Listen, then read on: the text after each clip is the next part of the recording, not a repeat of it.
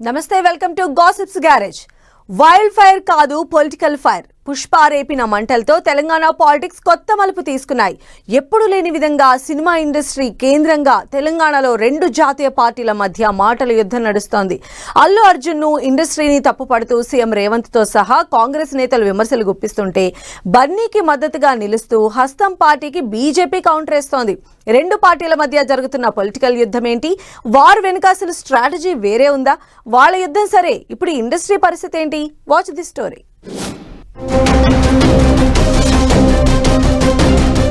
తెలంగాణ కాంగ్రెస్ ను మలుపు తిప్పిన పుష్ప. సినిమా ఇండస్ట్రీని తప్పుపడుతున్న కాంగ్రెస్. ఇండస్ట్రీకి మద్దతుగా కాంగ్రెస్ కు బీజేపీ కౌంటర్. రెండు పార్టీల యుద్ధం ఏ మలుపు తిరగబోతోంది? ఇండస్ట్రీ పరిస్థితి ఏంటి? యుద్ధంలో నలిగిపోతుందా?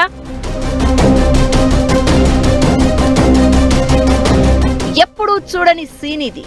ఎన్నడూ లేని పరిస్థితి ఇది. తెలంగాణ రాజకీయంలో కొత్త పరిణామాలు కనిపిస్తున్నాయి. పుష్ప రచ్చతో ఇది వైల్డ్ ఫైర్ కాదు, పొలిటికల్ ఫైర్ అనిపిస్తోంది. పుష్ప 2 బెనిఫిట్ షో చూసేందుకు ఫ్యామిలీతో కలిసి హీరో బన్నీ హైదరాబాద్ సంధ్యా థియేటర్ కు వెళ్లగా ఆ సమయంలో తొక్కిసలాట జరిగింది.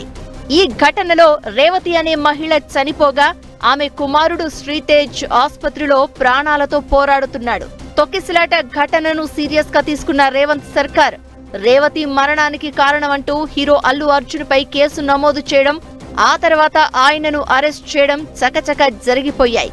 కట్ చేస్తే అసెంబ్లీ వేదికగా సీఎం రేవంత్ వ్యాఖ్యలతో వివాదం మరింత రాజుకుంది. రాజకీయ యుద్ధం దిశగా మలుపు తిరిగింది. తొక్కిసలాట ఘటనను అసెంబ్లీలో ప్రస్తావించిన రేవంత్ హీరో బన్నీతో పాటు సినిమా ఇండస్ట్రీ తీరును తప్పుపట్టారు.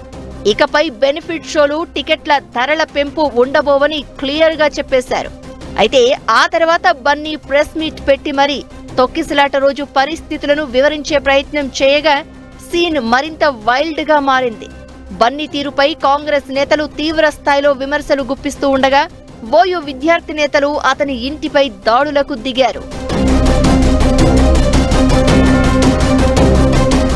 తొక్కిసలాట ఘటన, ఆ తర్వాత పరిణామాలు, కాంగ్రెస్ ఘాటు విమర్శలతో పరిస్థితి హాట్ గా మారింది.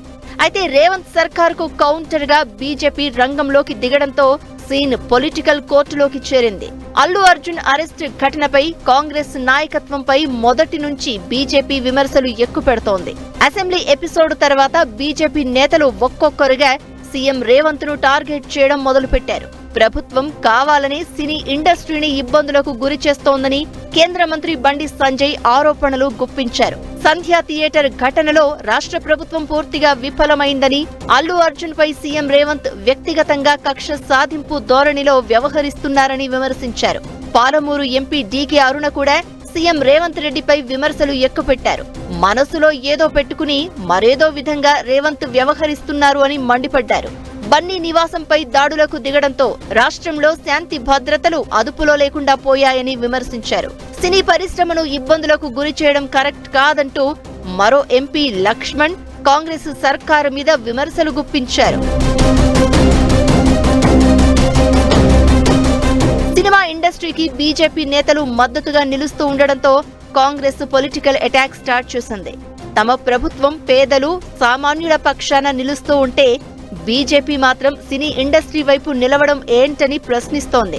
తప్పు చేసిన వారిని వెనకేసుకొస్తూ వత్తాసు పలుకుతోందంటూ హస్తం పార్టీ నేతలు ఘాటు విమర్శలు గుప్పిస్తున్నారు. దీంతో తెలంగాణ రాజకీయాల్లో కొత్త చాప్టర్ స్టార్ట్ అయినట్లు కనిపిస్తోంది.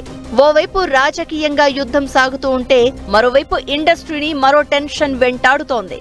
ఇకపై బెనిఫిట్ షోలతో పాటు టికెట్ ధరల పెంపు ఉండబోదని సీఎం రేవంత్ స్పష్టం చేయడంతో సినిమా పరిశ్రమ పెద్దలు ఉక్కిరిబిక్కిరవుతున్నారు.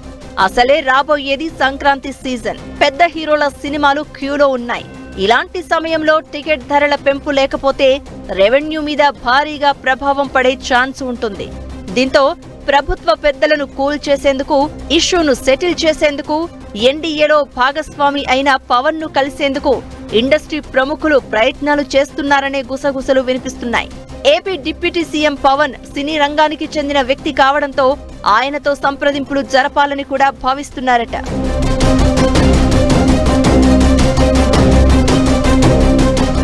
సంధ్యా థియేటర్ ఘటన, సినీ ఇండస్ట్రీ వ్యవహారం రోజురోజుకు రాజకీయ రంగు పులుముకుంటోంది. ఇప్పటికే తెలంగాణలో కాంగ్రెస్ వర్సెస్ బీజేపీలా మారింది. ఇక నెక్స్ట్ సినీ పెద్దలు జనసేన అధినేతను కలుస్తూ ఉండడంతో ఈ వ్యవహారం ఇండియా కూటమి వర్సెస్ ఎన్డీఏ కూటమి అన్న చందంగా మారుతుందా అనే చర్చ మొదలైంది.